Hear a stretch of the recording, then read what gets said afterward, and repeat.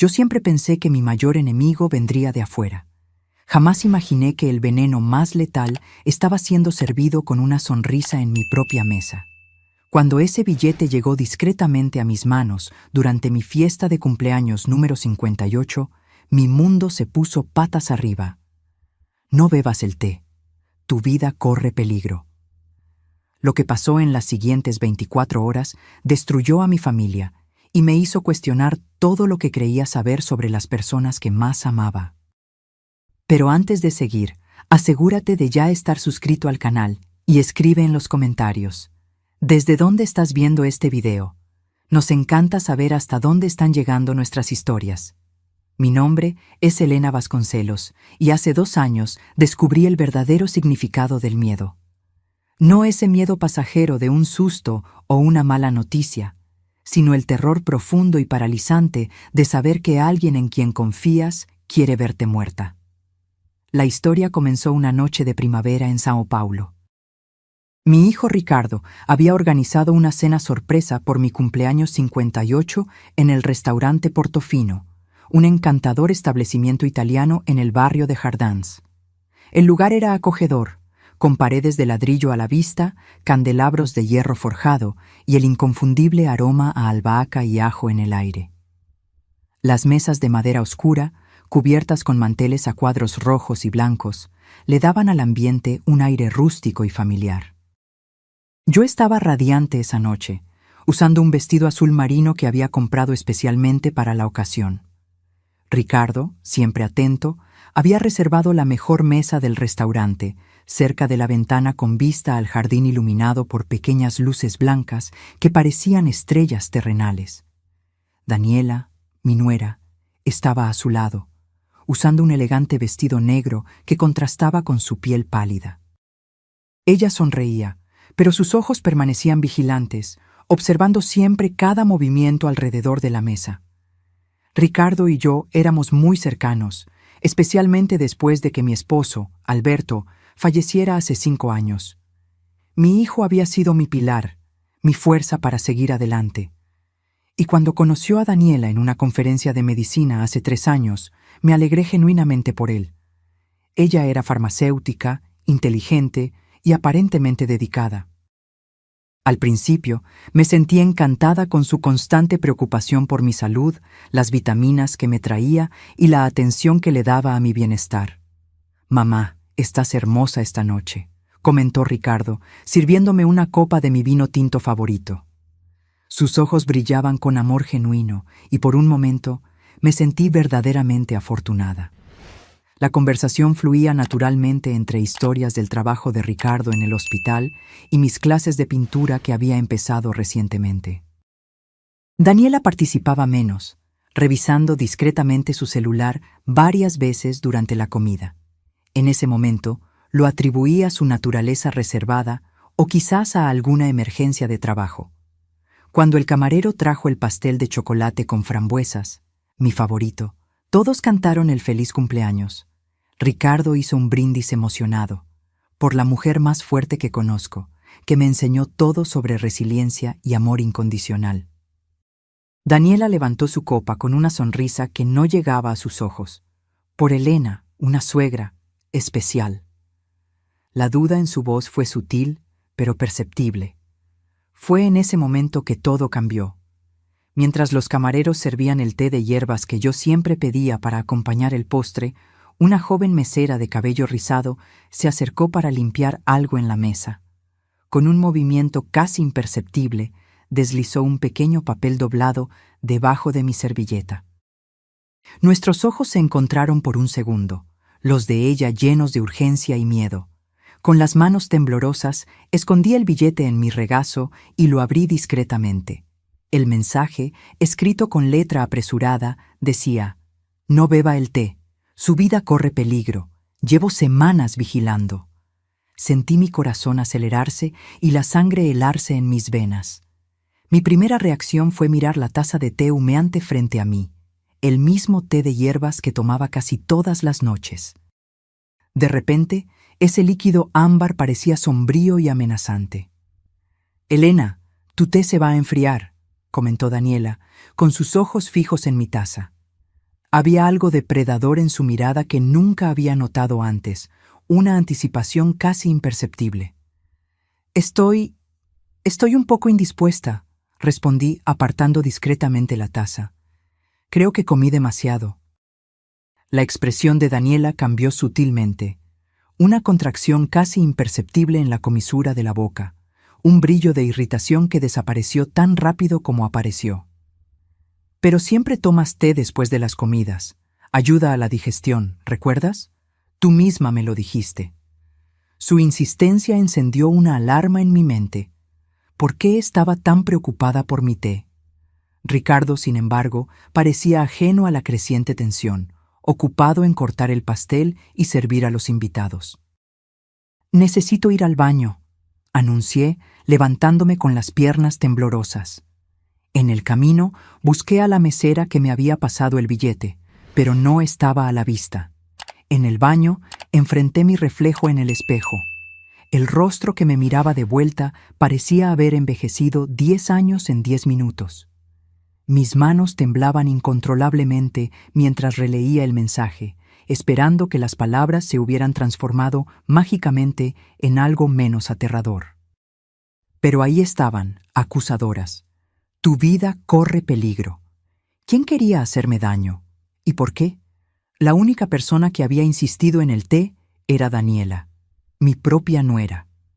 La idea era tan absurda que casi me río, pero luego recordé pequeños incidentes de los últimos meses, los momentos de confusión después de tomar los tés que ella preparaba, el cansancio inexplicable, los lapsos de memoria que ella se encargaba de señalar frente a Ricardo.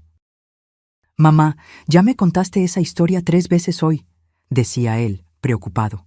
«¿Te sientes bien?» Y Daniela siempre estaba allí, observando, sugiriendo que tal vez yo necesitaba un chequeo más completo, o mencionando casualmente hogares para ancianos muy buenos que conocía por su trabajo en la industria farmacéutica. Cuando regresé a la mesa, tomé la decisión más difícil de mi vida.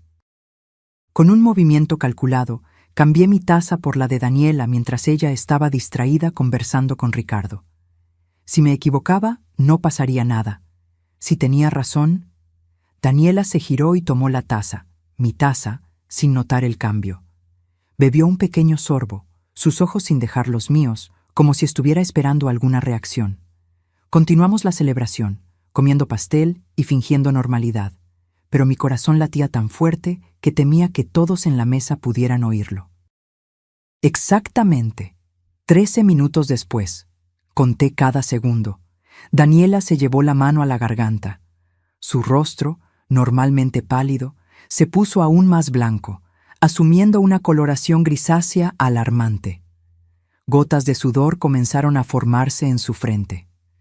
No me estoy sintiendo bien», murmuró antes de caer de lado.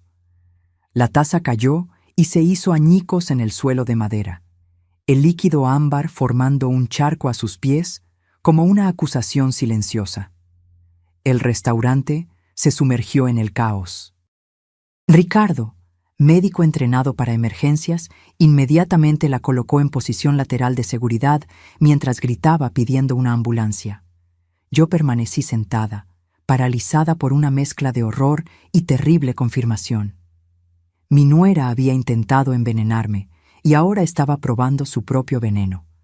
En ese momento, entre los gritos de pánico y el correteo de los camareros, me di cuenta de que mi vida jamás sería la misma. La confianza que había depositado en mi familia había sido brutalmente traicionada, y el camino por delante estaba envuelto en oscuridad e incertidumbre. Había sobrevivido esa noche, pero ¿a qué precio? La ambulancia llegó en menos de 10 minutos, sus luces pulsantes coloreando el restaurante con flashes de rojo y azul. Los paramédicos trabajaron rápidamente, colocando a Daniela en la camilla mientras hacían preguntas urgentes sobre lo que había consumido. Ricardo, con la voz ahogada por el miedo y la confusión, no podía responder coherentemente. «Fue el té», dije, mi voz sonando extrañamente tranquila a pesar del torbellino en mi pecho. Ella bebió el té de hierbas. Mientras la ambulancia desaparecía en la noche, llevando a Daniela y a Ricardo al Hospital das Clínicas, Me quedé atrás con el billete arrugado en el bolsillo y una terrible certeza creciendo en mi corazón. No estaba segura en mi propia familia. A partir de ese momento, mi vida tal como la conocía había terminado. Una nueva realidad, sombría y peligrosa, había comenzado. Y yo necesitaba encontrar fuerzas que ni siquiera sabía que poseía para sobrevivir a lo que estaba por venir.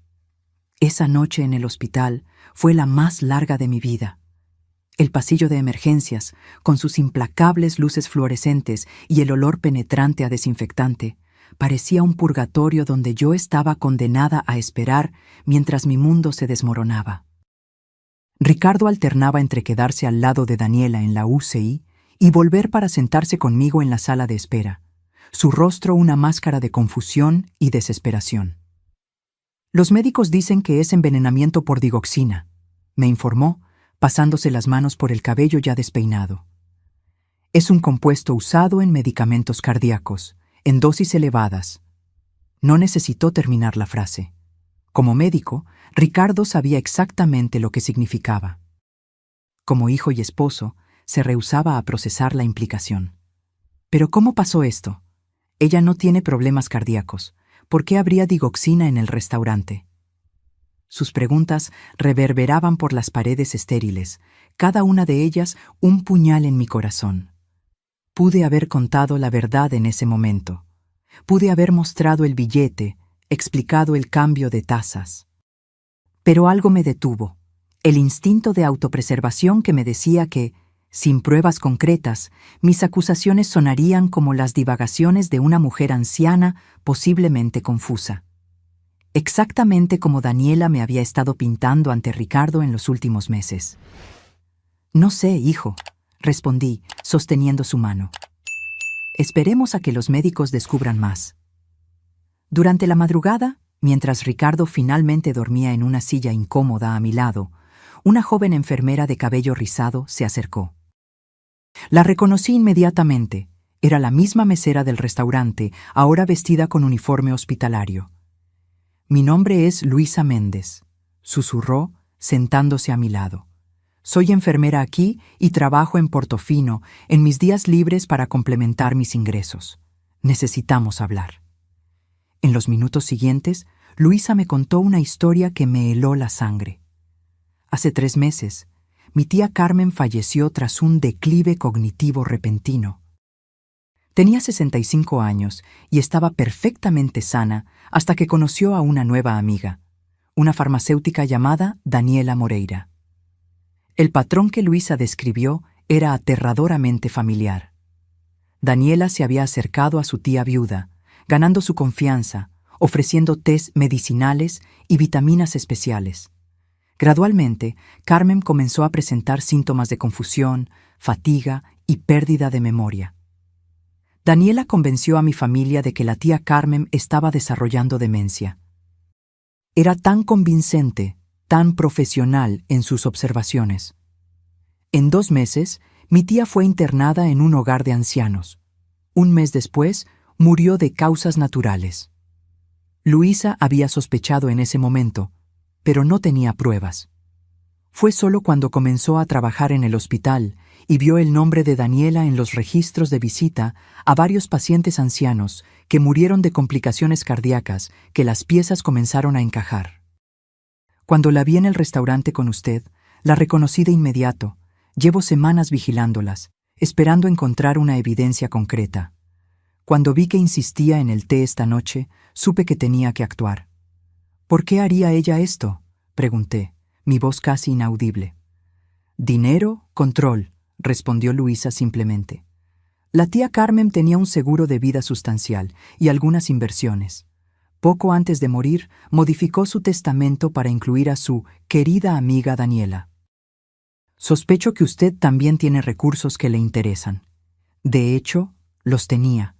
Después de la muerte de Alberto, heredé no solo nuestra casa en Morumbi, sino también un apartamento en la costa e inversiones que nos asegurarían una jubilación cómoda.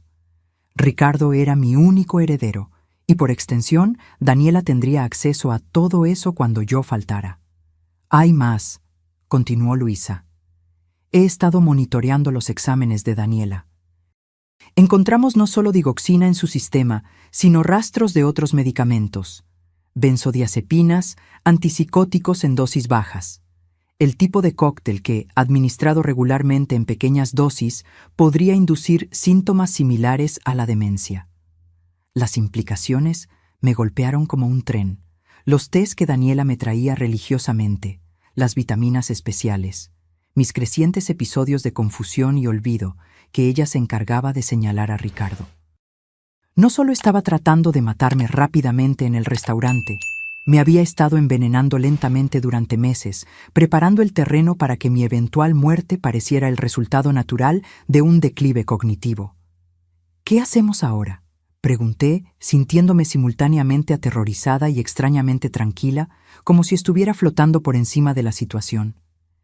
La policía está en camino, respondió Luisa.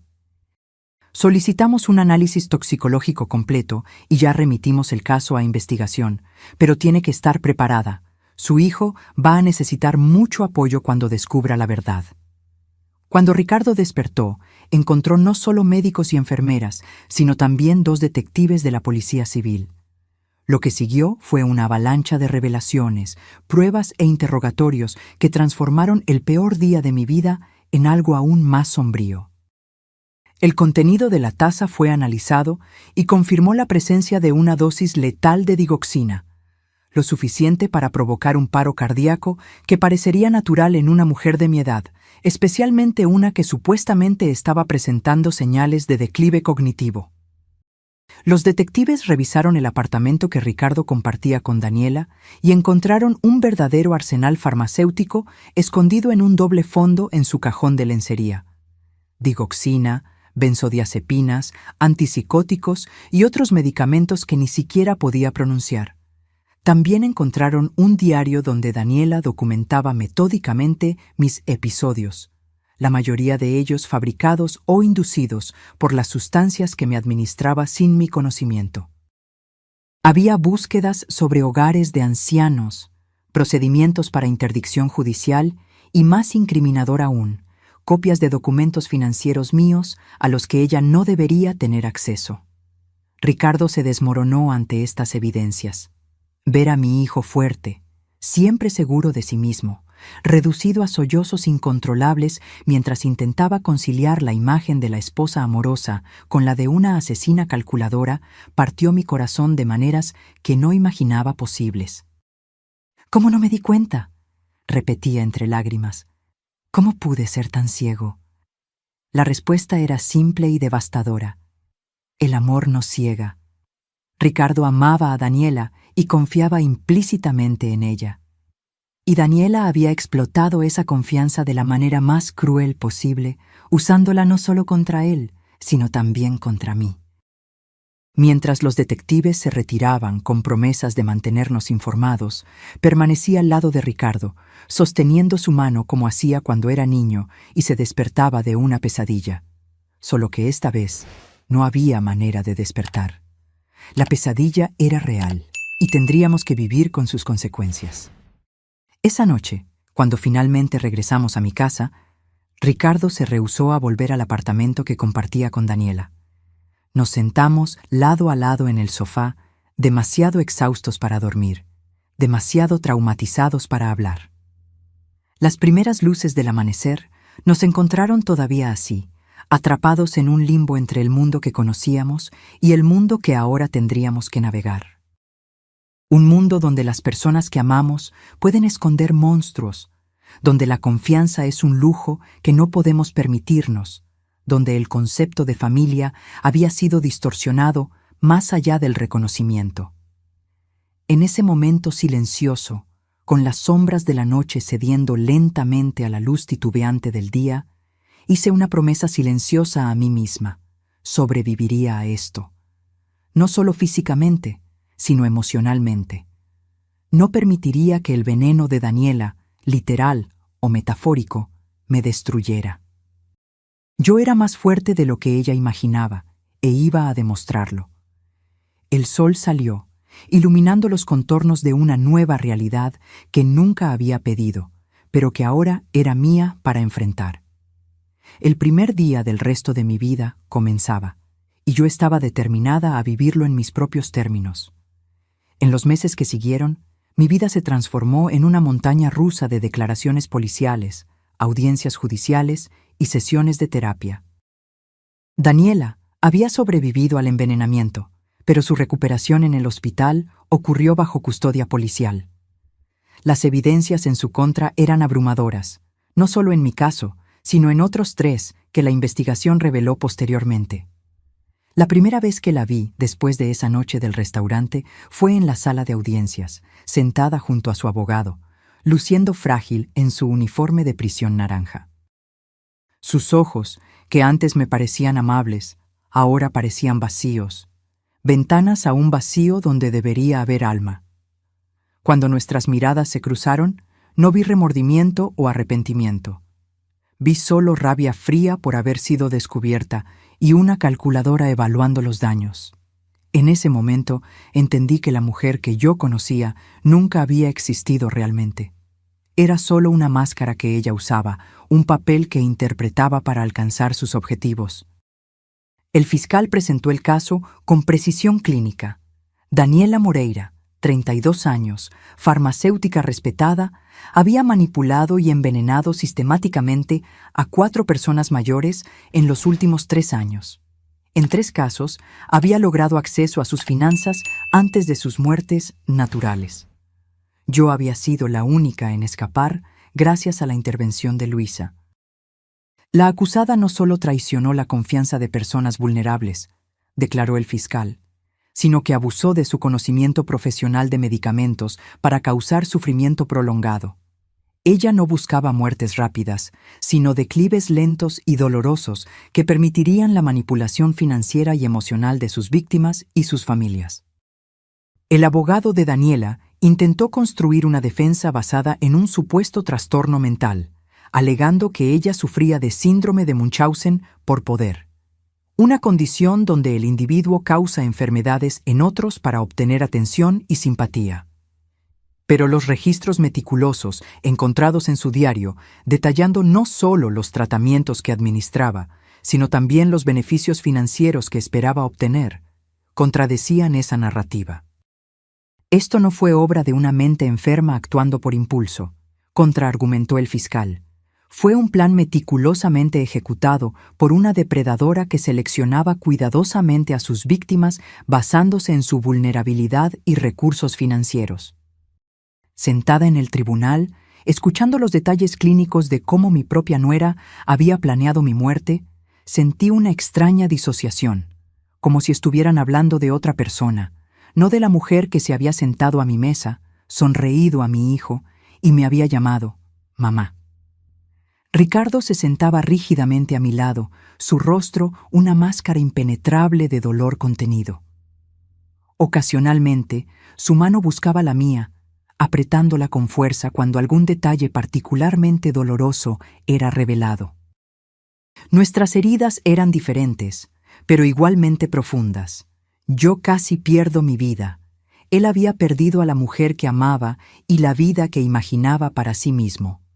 La jueza, una mujer severa de mediana edad, con ojos que parecían haber visto todos los horrores posibles de la humanidad, escuchó los argumentos con expresión impenetrable.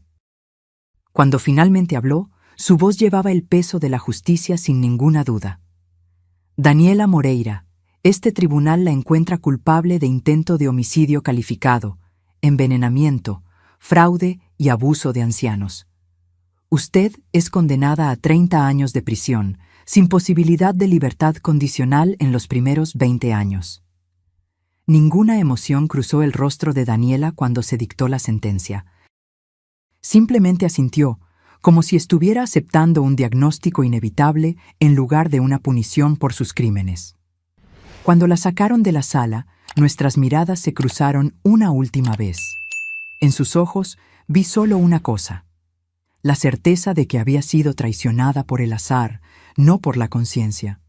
Si no fuera por la intervención de Luisa, yo no estaría viva para testificar contra ella. Al salir del tribunal ese día, con Ricardo silenciosamente a mi lado, sentí un peso enorme siendo simultáneamente retirado y puesto sobre mis hombros. La justicia se había hecho, pero el trabajo real de reconstruir nuestras vidas apenas comenzaba. En las semanas siguientes, ambos iniciamos terapia, individual y conjunta. Nuestro terapeuta, el Dr. Martins, estaba especializado en trauma y traición, y su consultorio acogedor se convirtió en un santuario donde podíamos expresar las emociones que manteníamos contenidas el resto del tiempo. Ustedes dos están pasando por duelos diferentes, pero relacionados, explicó él en una de nuestras primeras sesiones. Elena, usted está procesando no solo la traición y el intento contra su vida, sino también la pérdida de la confianza básica que todos necesitamos para funcionar en el mundo. Ricardo, usted está lamentando no solo la pérdida de la esposa que creía tener, sino también la culpa por no haber reconocido las señales. Era verdad. Cada uno de nosotros llevaba cicatrices diferentes de esa experiencia. Para mí, lo más difícil era reaprender a confiar, no solo en los demás, sino en mis propios instintos.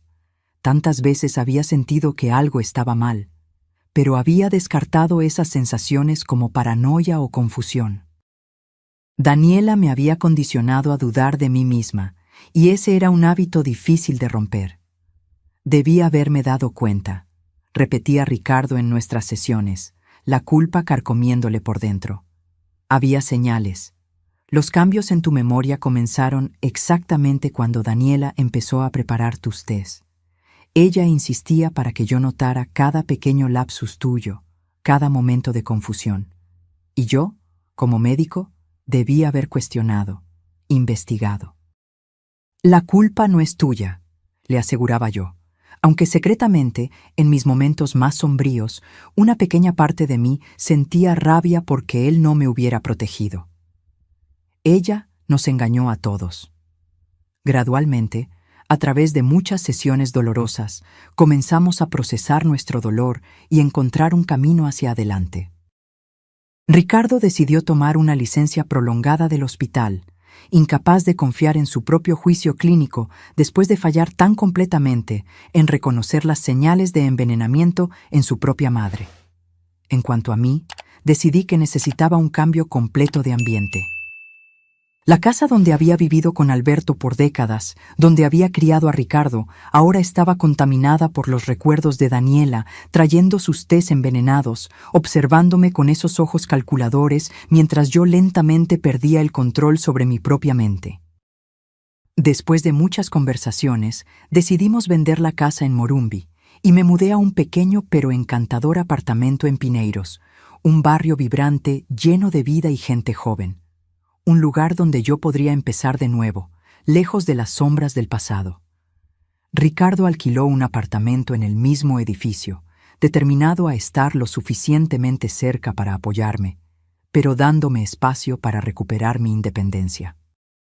Lentamente, comenzamos a reconstruir no solo nuestras vidas individuales, sino nuestra relación que había sido profundamente afectada por la traición de Daniela. Una de las cosas más difíciles fue enfrentar las secuelas físicas del envenenamiento crónico. Aunque los médicos me habían asegurado que la mayor parte de los medicamentos había sido eliminada de mi sistema, algunos efectos persistían. Lapsos ocasionales de memoria, fatiga inesperada, momentos de desorientación. Su cuerpo pasó por un trauma significativo, explicó mi neuróloga. Lleva tiempo para que el sistema nervioso se recupere completamente, pero la buena noticia es que no detectamos daños permanentes. Con tiempo y los cuidados adecuados, usted debería recuperar la función completa. Esa garantía debió haber sido reconfortante, pero en cambio, cada episodio de confusión, cada momento de olvido, traía de vuelta el terror de esos meses bajo la influencia de los venenos de Daniela. ¿Estaría realmente mejorando o estaba realmente desarrollando demencia, exactamente como ella había predicho en su cruel manipulación? Fue Luisa quien me ayudó a superar esos miedos. Después del juicio, ella se había convertido en una presencia constante en mi vida, no solo una salvadora, sino una amiga. Su formación en enfermería la hacía una compañera ideal para monitorear mi recuperación, pero era su fuerza de espíritu y determinación lo que realmente me inspiraban. Mi tía no tuvo una oportunidad, me dijo un día, mientras caminábamos por el parque Ibirapuera. Pero usted sí. Cada día que usted vive bien, cada momento en que se rehúsa a dejarse definir por lo que Daniela hizo, es una victoria. No solo para usted, sino para todas las víctimas que no pudieron presenciar que se hiciera justicia. Sus palabras me tocaron profundamente, dándole un propósito a mi supervivencia que iba más allá de la mera existencia. Yo no era solo una víctima que había escapado. Yo era una superviviente con una historia que contar, un testimonio que podría, tal vez, salvar otras vidas. Con ese propósito renovado, comencé a involucrarme con grupos de apoyo y organizaciones que trabajaban para prevenir el abuso de ancianos. Mi experiencia, aunque traumática, me dio una plataforma para hablar sobre las señales de manipulación y abuso que a menudo pasan desapercibidas. Lentamente, día tras día, recuperé no solo mi salud, sino también mi voz y mi confianza. El veneno que Daniela había inyectado en mi cuerpo se estaba disipando, y con él, el veneno de duda y miedo que ella había plantado en mi mente. El camino de recuperación no era lineal. Había días buenos y días malos, pero cada mañana que me despertaba, cada decisión que tomaba por mí misma, cada momento de claridad mental era una pequeña victoria contra el plan que casi me quitó todo. Y en las noches en que el miedo amenazaba con dominarme, recordaba las palabras de la jueza al final del juicio, dirigidas no a Daniela, sino a mí. Señora Vasconcelos, su coraje no solo salvó su vida, sino potencialmente las vidas de muchos otros. El verdadero heroísmo no está en nunca caer, sino en levantarse cada vez que caemos. Yo había caído, o mejor dicho, había sido derribada, pero ahora me estaba levantando, más fuerte y más sabia que antes.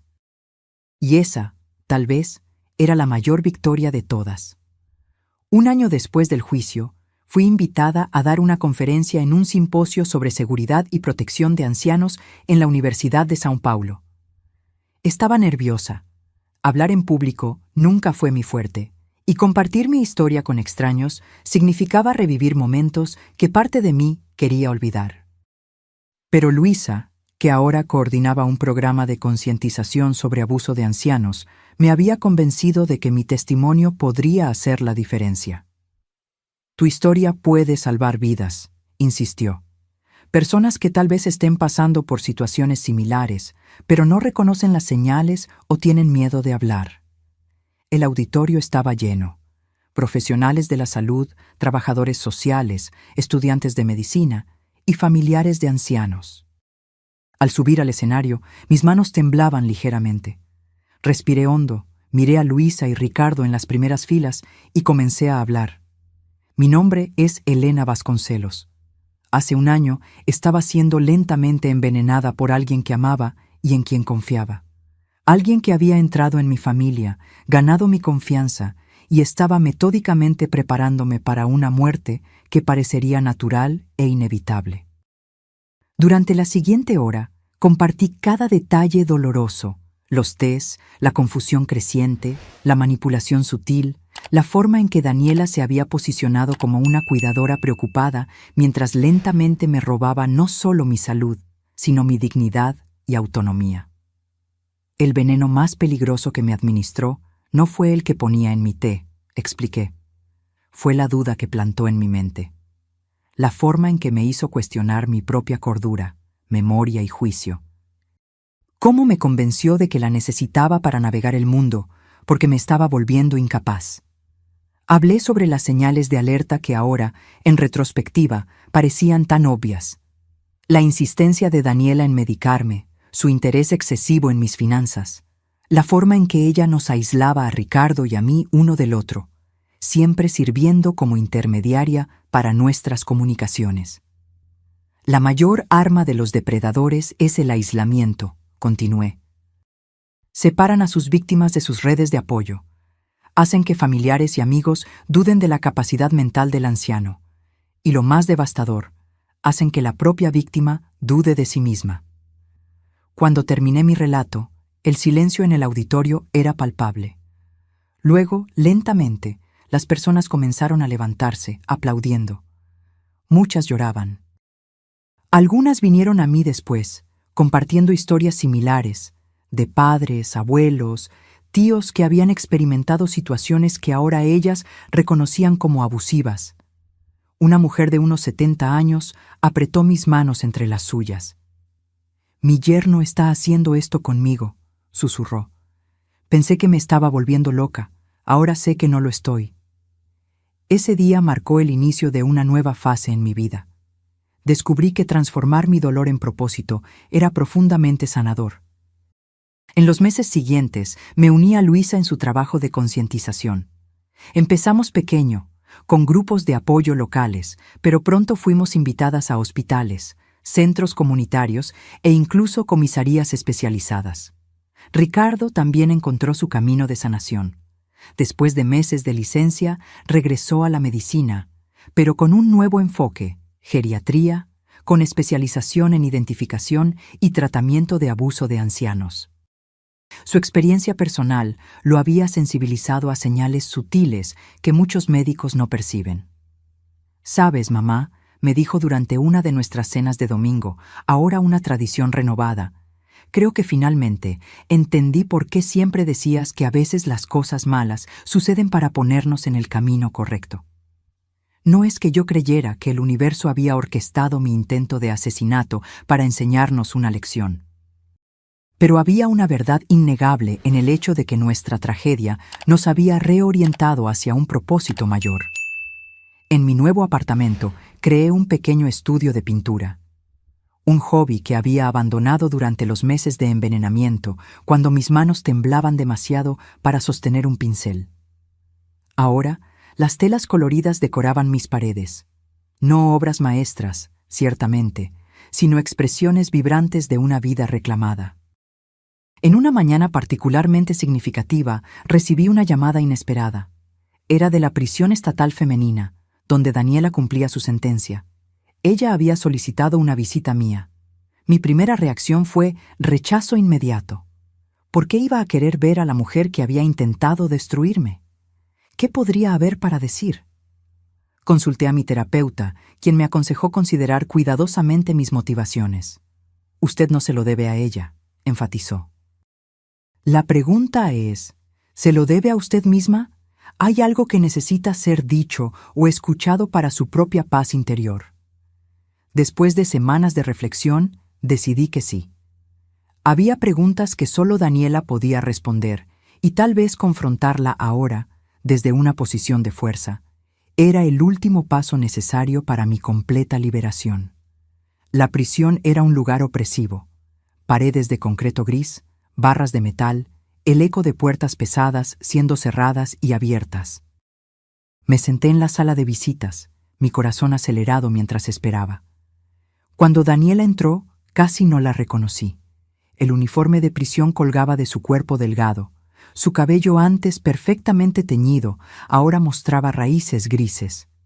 Pero sus ojos, esos ojos que antes escondían tan bien su verdadera naturaleza, estaban iguales, calculadores, observadores, sin remordimiento real. «Elena», dijo, sentándose frente a mí, «gracias por venir. No esperaba que aceptaras». «Estoy aquí para entender», respondí, manteniendo mi voz firme. «¿Por qué? No solo por qué intentaste matarme, sino por qué de esa manera. ¿Por qué el teatro prolongado, la manipulación, el envenenamiento lento?» Daniela inclinó la cabeza, como si estuviera considerando la pregunta. «Tú piensas que hice esto por dinero», dijo finalmente. «Todos lo piensan, pero el dinero era secundario». «¿Entonces qué?» «Control», respondió sin ninguna duda. «El poder de decidir quién vive y quién muere. De ver a alguien fuerte como tú volverse gradualmente dependiente de mí. De ser vista como la nuera dedicada, la cuidadora competente, mientras secretamente determinaba tu destino. Era intoxicante». Un escalofrío recorrió mi espalda. La frialdad con que describía su perversidad era más perturbadora que cualquier exhibición de rabia u odio habría sido. «¿No sientes remordimiento, ni siquiera un poco?», Ella sonrió, esa misma sonrisa encantadora que me había conquistado años antes. Lo que lamento es haber sido atrapada y haberte subestimado. Eras más fuerte de lo que pensaba. Mirándola, sentí algo inesperado, no odio o miedo, sino lástima.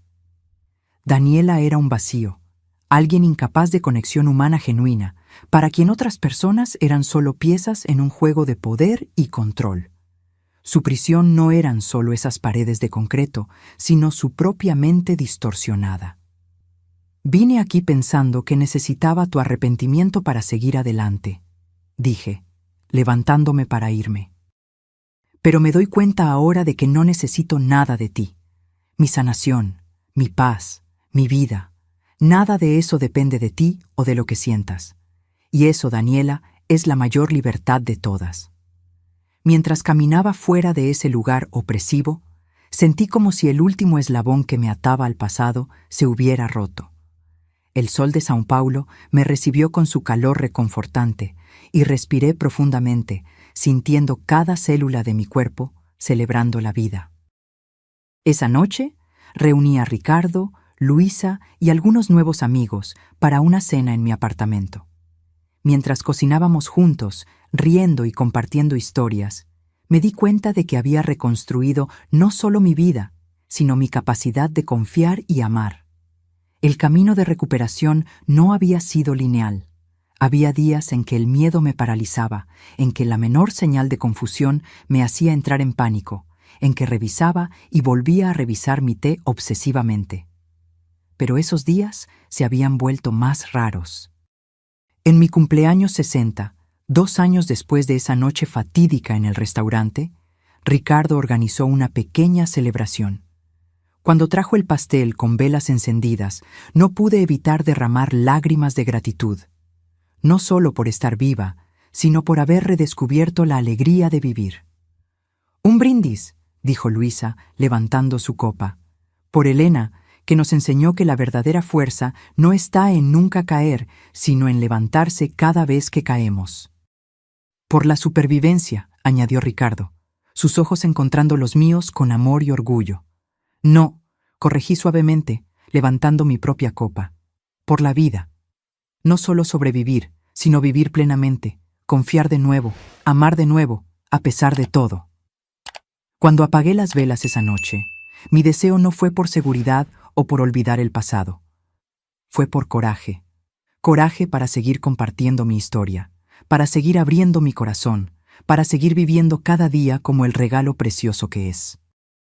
El veneno que Daniela había destinado para mí terminó siendo el catalizador para una vida más plena, más significativa y más auténtica de lo que jamás había imaginado posible. No porque el trauma sea necesario para el crecimiento, sino porque los humanos tenemos una notable capacidad de transformar incluso nuestras experiencias más dolorosas en fuente de fuerza y sabiduría. Hoy, a mis 60 años, miro hacia el futuro no con miedo, sino con curiosidad y esperanza. Mi historia no terminó en ese restaurante cuando un billete misterioso salvó mi vida. De hecho, fue allí donde verdaderamente comenzó. 3 años han pasado desde esa noche en el restaurante Portofino. Mi vida ha cambiado de formas que jamás pude prever, algunas dolorosas, otras sorprendentemente hermosas. La organización que fundé con Luisa, Ojos Atentos, o Los Atentos, creció de un pequeño grupo local a una red nacional de concientización y prevención de abuso contra ancianos. Empezamos con conferencias y grupos de apoyo, pero pronto nos expandimos a una línea directa de denuncias, entrenamiento para profesionales de la salud y un equipo de abogados voluntarios que ofrecían asistencia legal para víctimas. El caso de Daniela, aunque horrible, había creado una apertura para la discusión de un problema frecuentemente invisible. Los medios cubrieron extensamente el juicio, y de repente el país estaba hablando sobre un tipo de violencia que generalmente permanece escondida dentro de las familias, enmascarada como cuidado o preocupación. En una mañana lluviosa de abril, recibí una llamada que cambiaría nuevamente el curso de mi vida. Señora Vasconcelos, le habla la doctora Campos, de la Policía Federal. Necesitamos su ayuda. En las horas siguientes, descubrí que Daniela no era una depredadora aislada. Las autoridades habían desvelado una red de profesionales de la salud, enfermeros, farmacéuticos, cuidadores, que habían desarrollado un esquema sofisticado para identificar ancianos vulnerables y, con recursos, manipularlos y eventualmente apropiarse de sus bienes. Creemos que su exnuera era parte de un grupo mayor, explicó la delegada. Las evidencias sugieren que compartían información, técnicas e incluso blancos potenciales.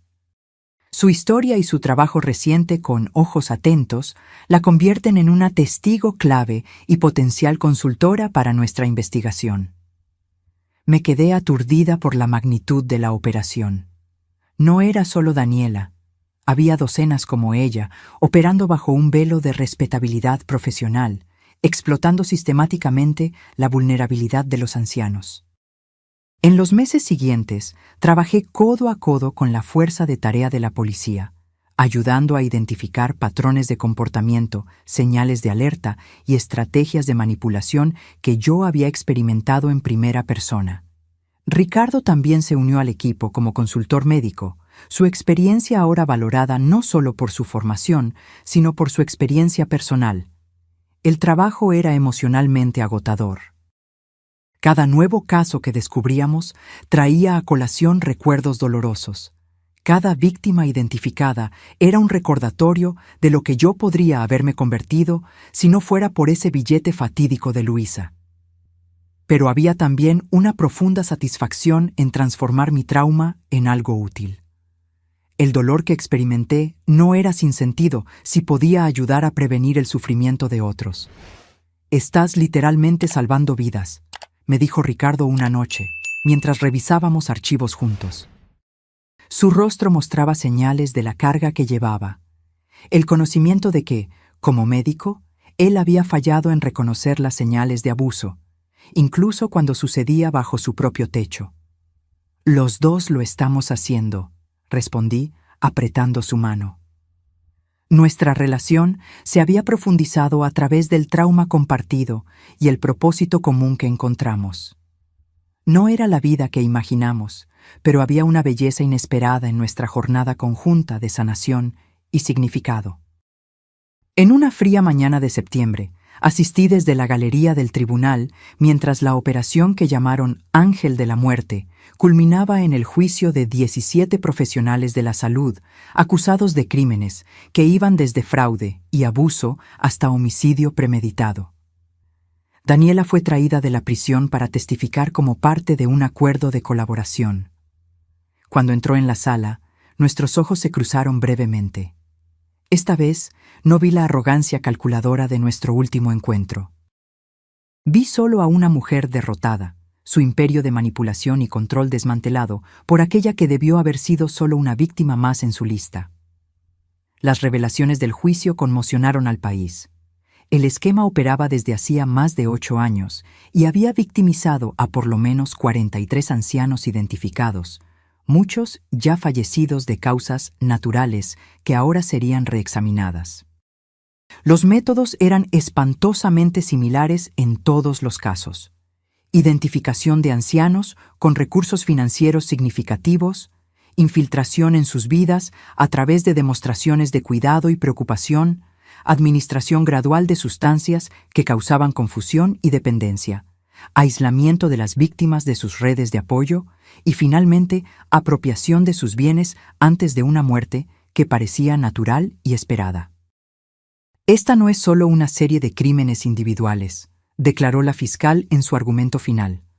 Es un ataque sistemático a las personas más vulnerables de nuestra sociedad, perpetrado por aquellos que juraron cuidarlas.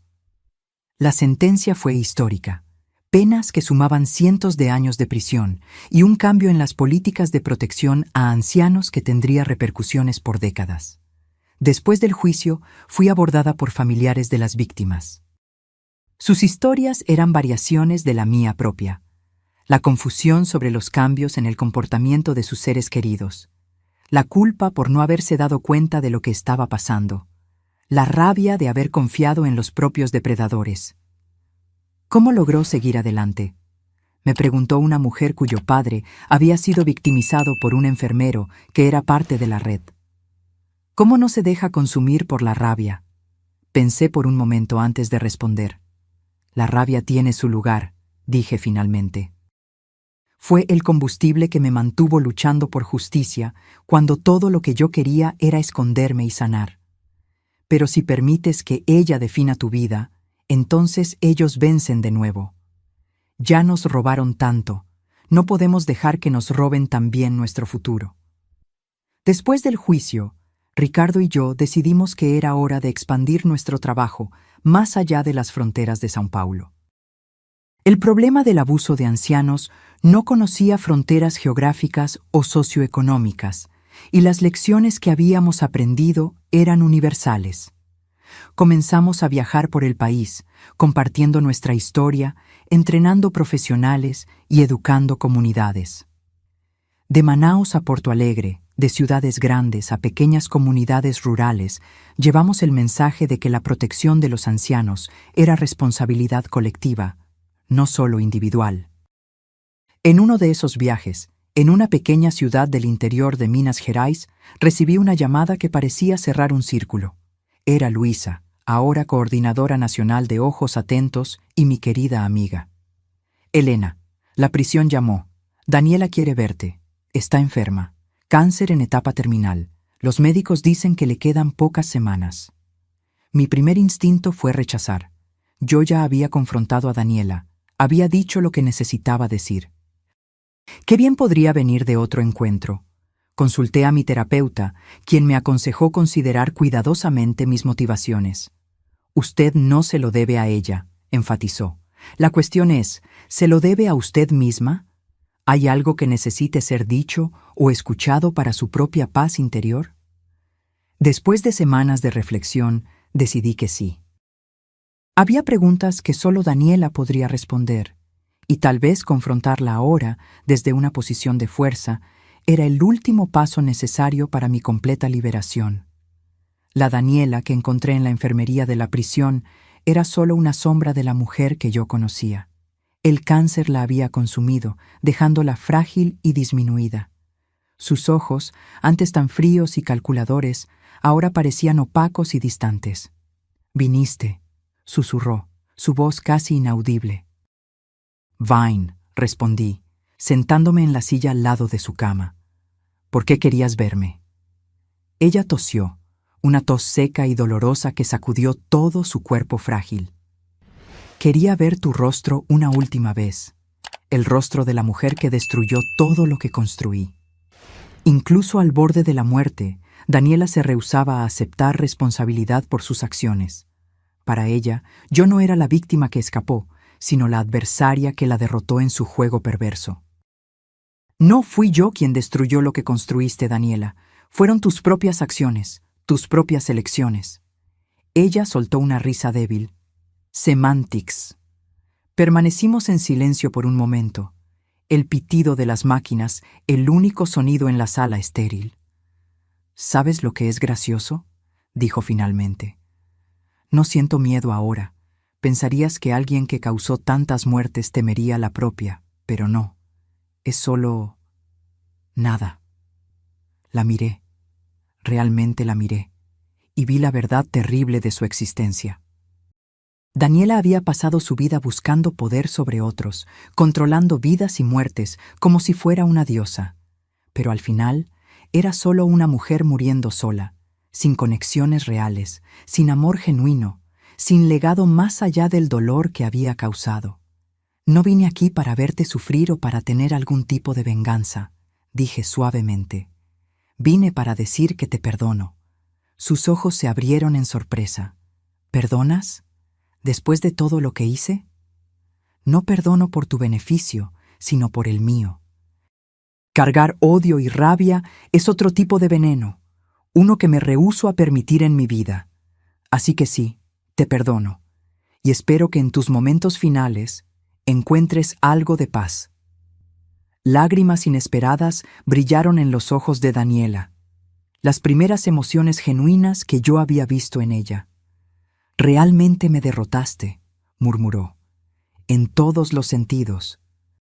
Mientras salía de la prisión ese día, sentí un peso siendo levantado.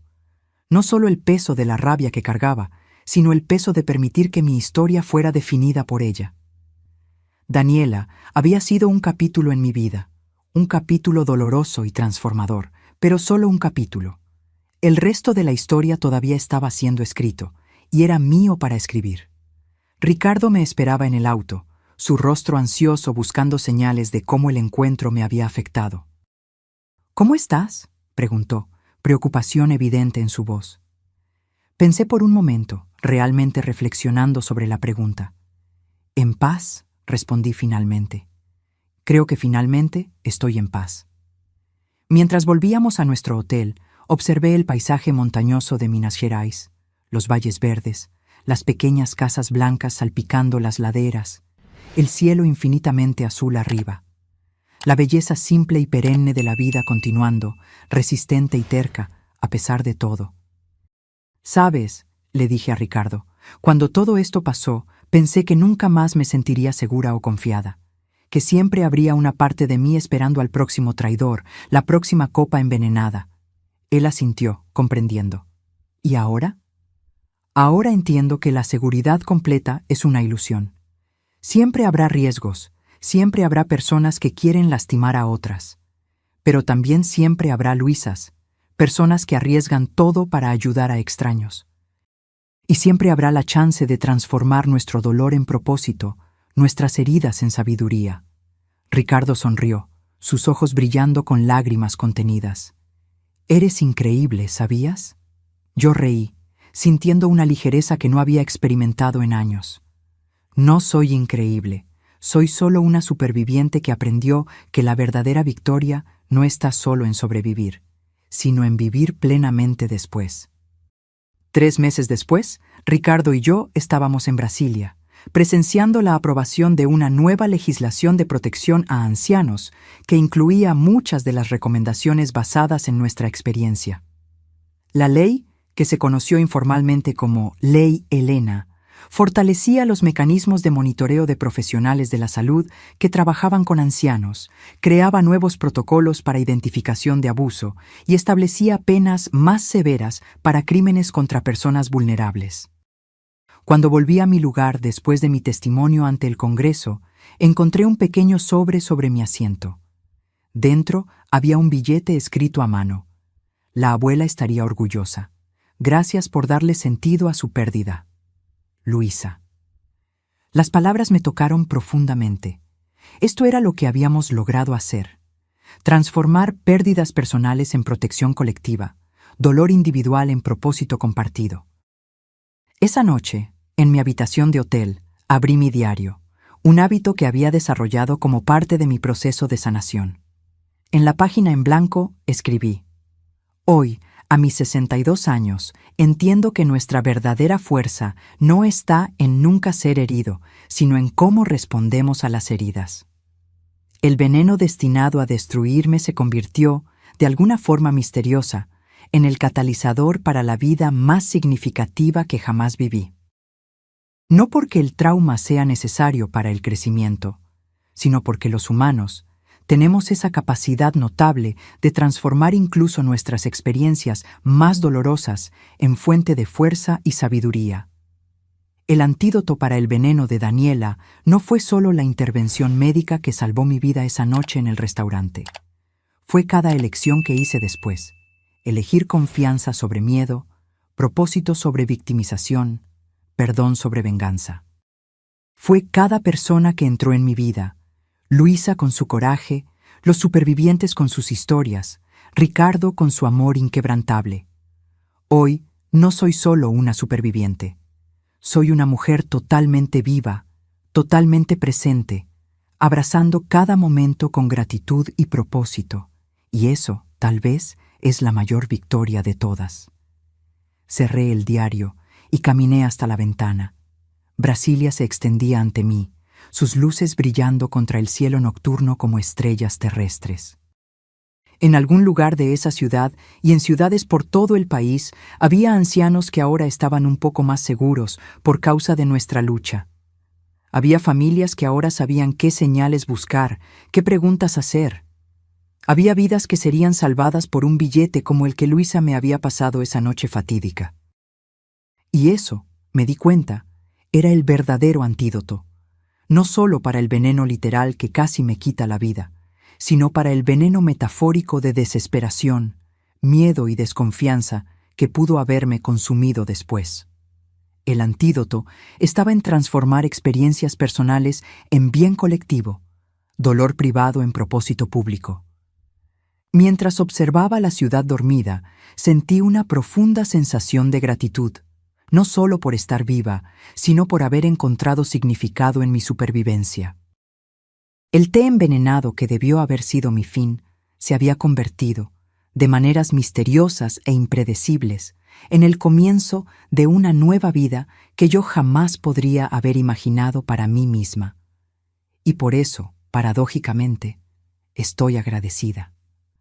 5 años han pasado desde esa noche en el restaurante Portofino. Mi vida a los 63 años es casi irreconocible comparada a la que yo vivía antes.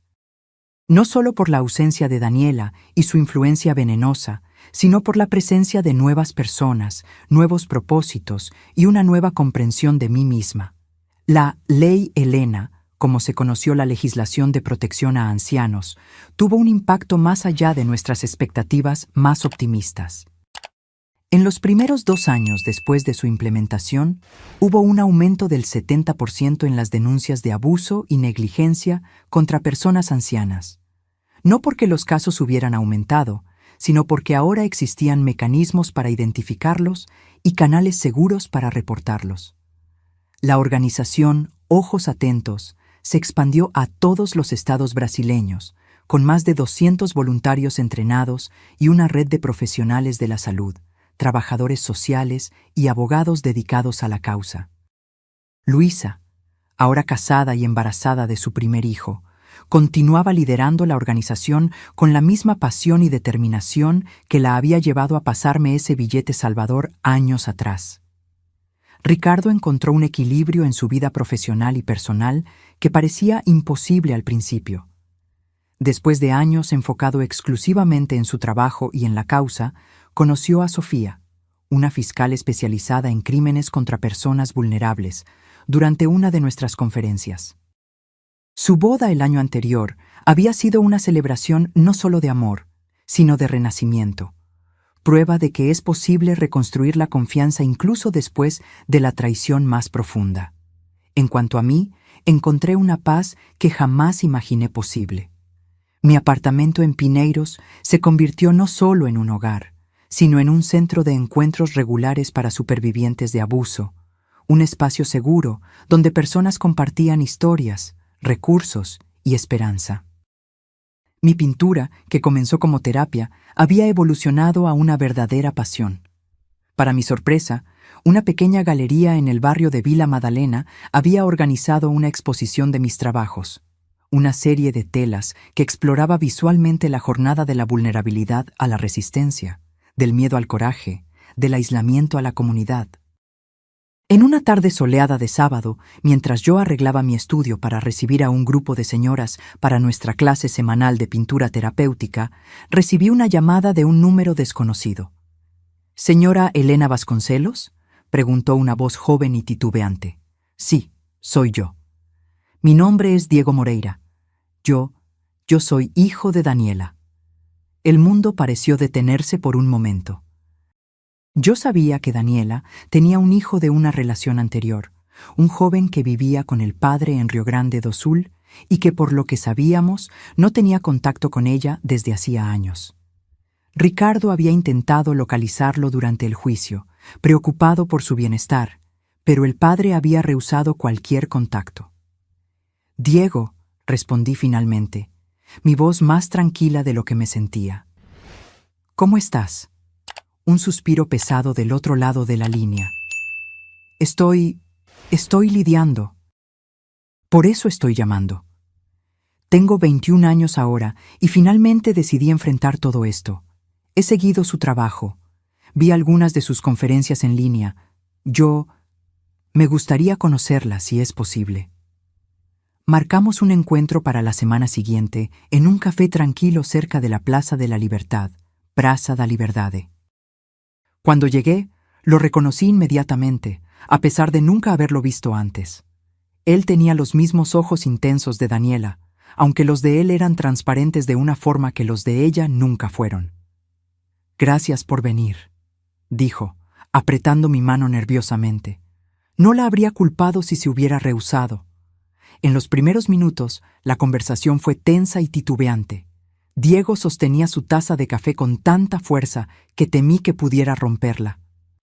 Sus ojos evitaban los míos, como si temiera lo que podría encontrar en ellos. «Yo no sabía sobre lo que mi madre hacía», comenzó abruptamente. «Mi padre me llevó cuando tenía 12 años. Decía que ella era inestable, pero nunca explicó realmente lo que eso significaba. Perdimos contacto, y luego, de repente, ella estaba en todos los periódicos. Sentí mi corazón encogerse por este joven que cargaba una carga que no era suya. Diego, no tienes que explicarte. Tú no eres responsable por las acciones de ella». «Tal vez no», respondió finalmente encontrando mis ojos. «Pero siento que necesito entender. Necesito saber si hay algo de ella en mí, algo que yo debería temer». La pregunta flotó entre nosotros, pesada con implicaciones. Era una cuestión que yo sabía que él debió haber enfrentado innumerables veces en las largas noches de insomnio, cuestionando su propio ADN, su propia naturaleza. «¿Qué haces, Diego?», pregunté, cambiando sutilmente la dirección de la conversación. Él pareció sorprendido con la pregunta. «Estoy en el último año de enfermería. Irónico, ¿no es así? Considerando...» «No», respondí con firmeza. «No es irónico. Es una elección. Tu elección. Tu madre usó el conocimiento médico para herir. Tú estás eligiendo usarlo para sanar. Esa es la diferencia más fundamental que puede existir». Una lágrima escapó, deslizándose por su mejilla. Él la secó rápidamente, como si estuviera avergonzado. «Cuando descubrí todo, mi primera reacción fue abandonar el curso. ¿Cómo podría seguir en la misma área que ella usó para hacer lo que hizo? Pero luego empecé a seguir su trabajo, a ver cómo usted transformó su experiencia traumática en algo positivo, y pensé, tal vez yo también pueda hacer eso». «Y puedes», le aseguré. «De hecho, ya lo estás haciendo.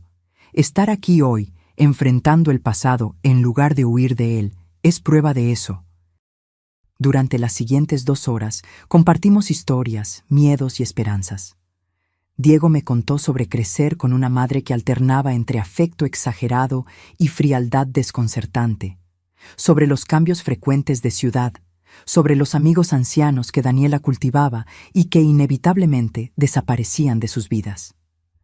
Le conté sobre mi jornada de sanación, sobre encontrar propósito en el dolor, sobre reconstruir la capacidad de confiar. Hablé sobre Ricardo y cómo él también había luchado con la culpa y el miedo, a pesar de no haber hecho nada malo. Al final de nuestro encuentro, algo había cambiado. La tensión inicial había dado lugar a una conexión inesperada. No de amistad exactamente, tal vez ni siquiera de comodidad completa, pero de comprensión mutua. Éramos 2 personas cuyas vidas habían sido profundamente marcadas por la misma mujer, de maneras completamente diferentes, y que estaban encontrando caminos para seguir adelante. «¿Puedo preguntar una cosa?», dijo Diego cuando nos estábamos despidiendo. «¿Usted realmente la perdonó? Leí sobre eso en una entrevista, pero siempre me pregunté si era verdad». Consideré la pregunta cuidadosamente. Perdonar no significa olvidar o disculpar lo que fue hecho. Para mí, significó liberar el poder que la rabia y el resentimiento tenían sobre mí. Así que sí, la perdoné, no por ella, sino por mí. Y esa fue una de las decisiones más liberadoras que jamás tomé. Él asintió lentamente. Yo todavía estoy trabajando en eso.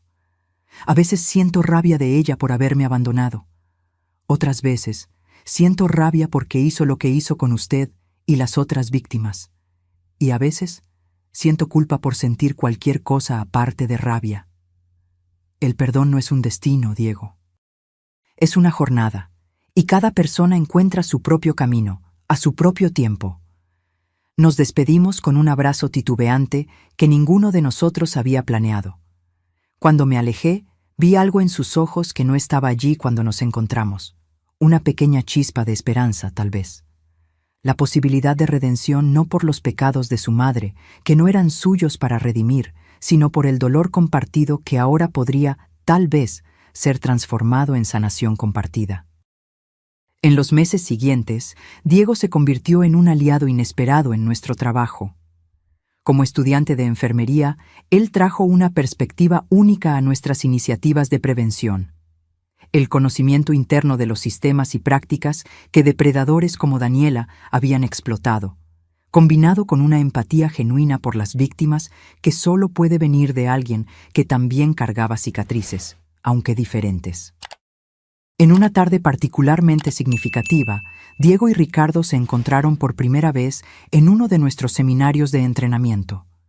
Observé de lejos su interacción, temiendo la tensión que podría surgir.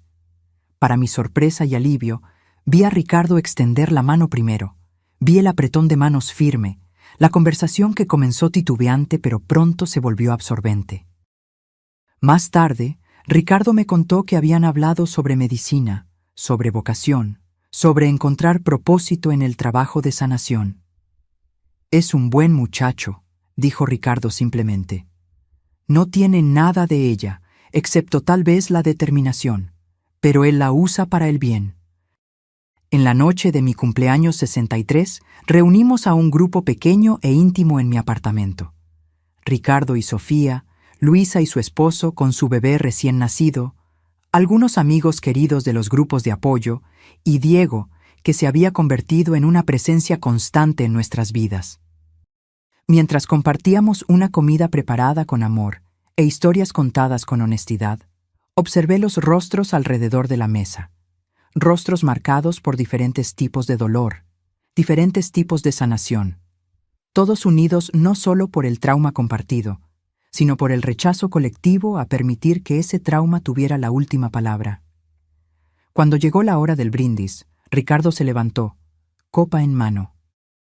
«Por mi madre», dijo, su voz firme pero emocionada, que nos enseñó que nuestra mayor fuerza no está en nunca caer, sino en cómo elegimos levantarnos.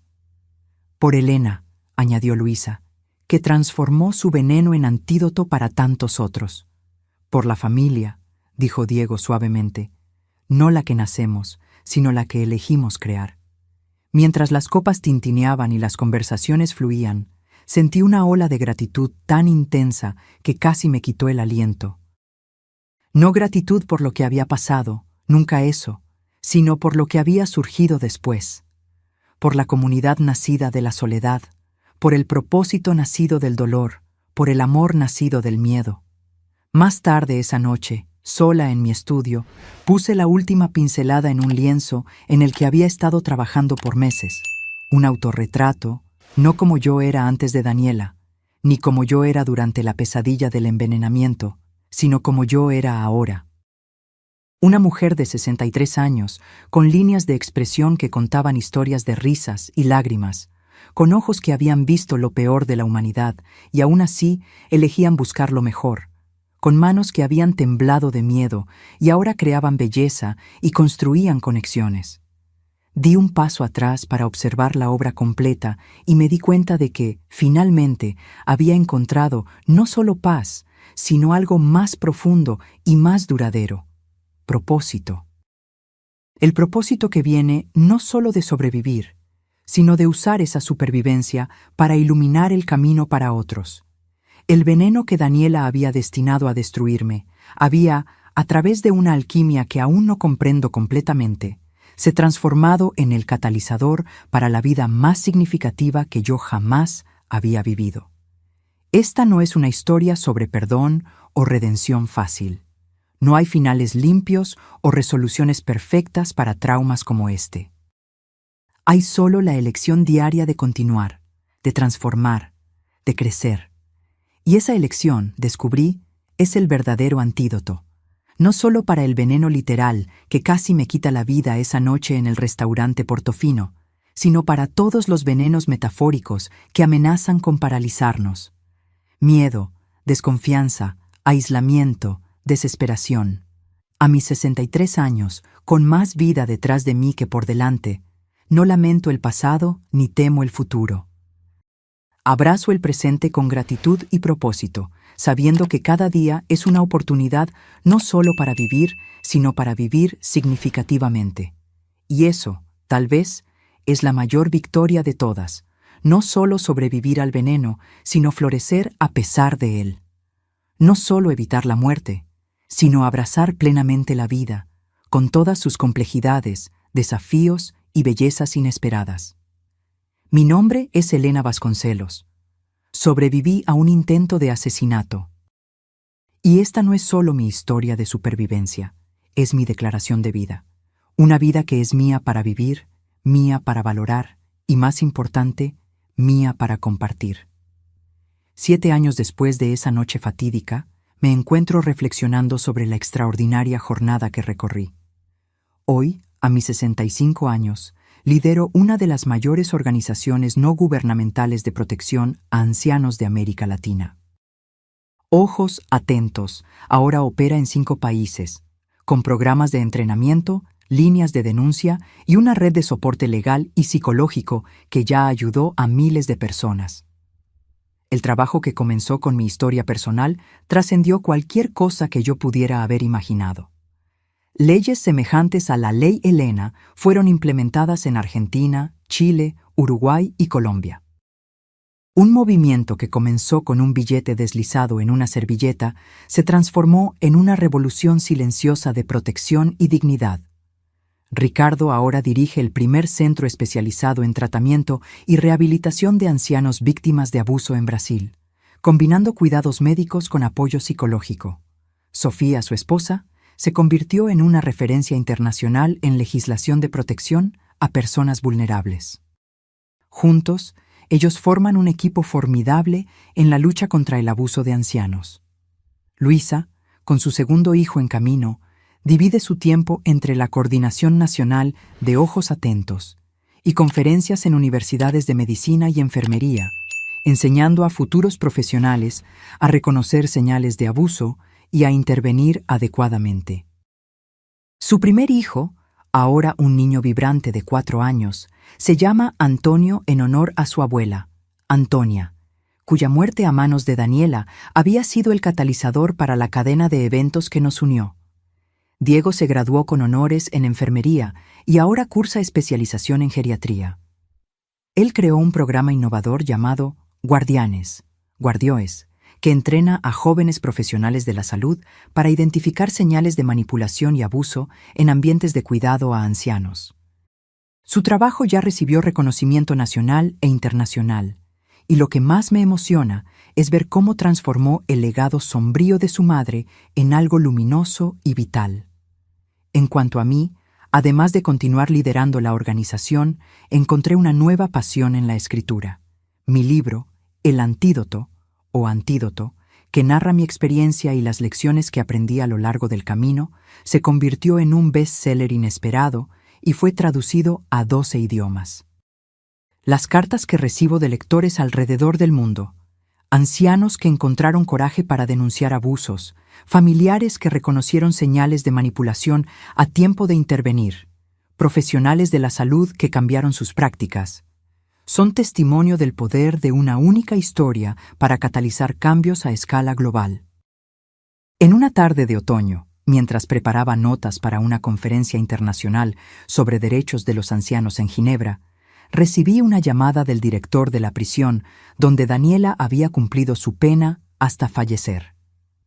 Señora Vasconcelos, encontramos algo en las pertenencias personales de Daniela Moreira que creemos que usted debería ver. ¿Sería posible que se presente en la prisión? Al día siguiente, me senté en una sala administrativa austera, donde el director colocó una caja de cartón simple sobre la mesa. Esto estaba entre los ítems guardados de Daniela. Fue encontrado durante la limpieza final de sus pertenencias tras su fallecimiento. Hay una carta dirigida a usted. Con manos ligeramente temblorosas, abrí el sobre amarillento. La letra era pequeña y precisa, el tipo de caligrafía que se esperaría de alguien con entrenamiento médico. Elena, si estás leyendo esto, significa que ya no estoy aquí. No espero tu perdón ni tu comprensión. Ambas sabemos que no merezco ninguno de los dos. Pero hay algo que necesito que sepas. Cuando nos encontramos por última vez, dijiste que me perdonabas. En ese momento, pensé que era solo otra manipulación, un intento de mostrarte moralmente superior. Pasé meses intentando encontrar el ángulo, el beneficio oculto para ti, porque así era como yo veía el mundo, como un juego perpetuo de poder y control. Pero algo en tus palabras permaneció conmigo. La idea de perdonar no por el beneficio del otro, sino por una misma, de liberarse del veneno del odio y la rabia. No puedo decir que aprendí a arrepentirme verdaderamente de lo que hice. Hay algo fundamentalmente roto en mí que nunca fue arreglado. Pero puedo decir que, por primera vez, comprendí el concepto de liberación a través del perdón, incluso si no puedo experimentarlo completamente. En la caja encontrarás documentos detallando todas mis víctimas, incluyendo algunas que nunca fueron descubiertas por la investigación. Nombres, fechas, métodos, montos financieros, todo está allí. No quiero que vaya para Diego. Él está construyendo su vida honestamente, y este dinero lo contaminaría. Tal vez puedas usarlo para tu trabajo con ojos atentos. Una última ironía. El dinero destinado a destruir ancianos vulnerables ahora siendo usado para protegerlos. No espero que estas acciones cambien como tú o el mundo me ven. No deberían. Pero quiero que sepas que tus palabras, de alguna forma, alcanzaron incluso a alguien como yo. Daniela Moreira. Me senté en silencio por varios minutos después de terminar de leer, las emociones conflictivas atravesándome en olas. Shock, tristeza, un extraño tipo de alivio. No por Daniela, cuya redención parcial y tardía no podía deshacer el mal que causó, sino por la confirmación de algo que yo había comenzado a creer a lo largo de los años, que incluso en las circunstancias más sombrías, la verdad y la compasión tienen un poder transformador que trasciende nuestra comprensión inmediata. Los documentos en la caja revelaron 7 víctimas adicionales a lo largo de 4 estados brasileños, casos que habían sido atribuidos a causas naturales o accidentes. Trabajando con las autoridades, logramos notificar a las familias, proporcionando respuestas para preguntas que habían permanecido abiertas por años, a veces décadas. En cuanto al dinero, más de $2 millones acumulados a través de fraudes, manipulaciones y asesinatos, decidimos, después de consultas con Ricardo, Diego y el Consejo de Ojos Atentos, usarlo para establecer un fondo de compensación para las familias de las víctimas y para financiar un nuevo centro de investigación dedicado a la prevención de abuso contra ancianos. La ironía no escapó a ninguno de nosotros. El dinero acumulado a través de la explotación de ancianos vulnerables ahora siendo usado para protegerlos. Era una especie de justicia poética que, aunque no podía deshacer el pasado, ofrecía una oportunidad de resignificarlo. En mi conferencia en Ginebra, compartí este último giro en mi historia, no para ofrecer redención fácil a Daniela, sino para ilustrar el principio que había guiado mi trabajo en los últimos 7 años, que incluso en las historias más sombrías de abuso y traición hay la posibilidad de transformación y sanación. El abuso de ancianos prospera en el silencio y el aislamiento, concluí. Nuestro trabajo es romper ese silencio, construir conexiones donde existe aislamiento y transformar historias de victimización en narrativas de empoderamiento y cambio sistémico. El auditorio se levantó en una ovación que me tomó por sorpresa. Mientras miraba aquellos cientos de rostros, profesionales dedicados de decenas de países, unidos por el compromiso compartido con la dignidad y protección de los ancianos, sentí una ola de esperanza tan intensa que casi me dejó sin aliento.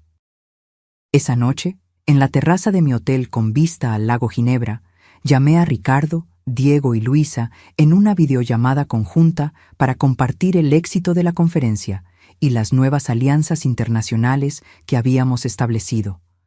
Jamás adivinarían quién vino a hablar conmigo después de la conferencia, dije, incapaz de contener mi emoción. La directora general de la Organización Mundial de la Salud. Están considerando adoptar nuestro programa Guardianes como un modelo internacional. Los rostros en la pantalla reflejaban mi alegría, cada uno de ellos un testigo de la extraordinaria jornada que habíamos recorrido juntos. «Te lo merecías, mamá», dijo Ricardo, su rostro iluminado por el orgullo. «Transformaste la peor experiencia imaginable en algo que está cambiando el mundo».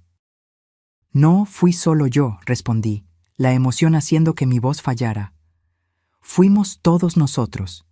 Una mesera valiente que se rehusó a quedarse en silencio. Un hijo determinado a transformar culpa en propósito. Un joven decidido a redefinir su legado familiar. Amigos que se volvieron familia. Supervivientes que se volvieron defensores». Cuando terminamos la llamada, me quedé sola en la terraza, observando las luces de la ciudad reflejadas en las aguas tranquilas del lago. Pensé en la larga y sinuosa jornada que me trajo hasta aquí, del terror de esa noche en el restaurante a la paz de este momento presente. No era una paz perfecta o completa. Todavía había días en que la memoria del veneno parecía muy vívida, cuando el sabor del miedo volvía a mi boca como si fuera ayer. Todavía había momentos en que me preguntaba cómo habría sido mi vida si Daniela nunca hubiera entrado en ella, si Luisa no me hubiera pasado ese billete, si yo no hubiera sobrevivido. Pero esas preguntas hipotéticas parecían cada vez menos importantes ante la realidad concreta que habíamos construido juntos. Una realidad de propósito compartido, de conexiones profundas, de vidas transformadas. El antídoto para el veneno de Daniela no había sido encontrado en una fórmula química o en una intervención médica. Había sido encontrado en el coraje de enfrentar la verdad, por dolorosa que fuera, en la determinación de transformar experiencias personales en cambio colectivo. En la elección diaria de vivir no solo a pesar del trauma, sino a través de él y más allá de él. Mientras el sol se ponía sobre Ginebra, tiñendo el cielo con tonos de rosa y dorado, sentí una profunda sensación de gratitud. No por lo que había pasado, nunca por eso, sino por lo que habíamos logrado crear a partir de eso. Por todas las vidas que ahora estaban más seguras, todas las familias que estaban más informadas, todos los profesionales que estaban mejor equipados para reconocer y responder al abuso. Y en este momento de reflexión tranquila, entendí finalmente la verdad completa sobre mi jornada, que el verdadero antídoto nunca fue simplemente sobrevivir al veneno, sino transformarlo en algo que pudiera curar no solo a mí, sino a los otros también. Esta es mi historia. Una historia que comenzó con traición y casi terminó en tragedia, pero que encontró su camino hasta un lugar de propósito y significado. Una historia que continúa desarrollándose en direcciones que jamás podría haber previsto. Y tal vez sea esa la lección más importante de todas, que nuestras historias nunca terminan realmente con nuestros traumas, que siempre hay un capítulo siguiente esperando ser escrito, que incluso de las experiencias más tóxicas puede surgir algo profundamente sanador, si tenemos el coraje de permanecer abiertos a la posibilidad de transformación. El veneno estaba destinado a ser mi fin. En cambio, se convirtió en el inicio de algo que era mayor de lo que yo jamás podría haber imaginado. Y por eso, extrañamente, estoy agradecida. Ahora, si te gustó esta historia, ya haz clic en este próximo video que está apareciendo en la pantalla, porque en él hay una historia de traición y revuelta como nunca has visto antes.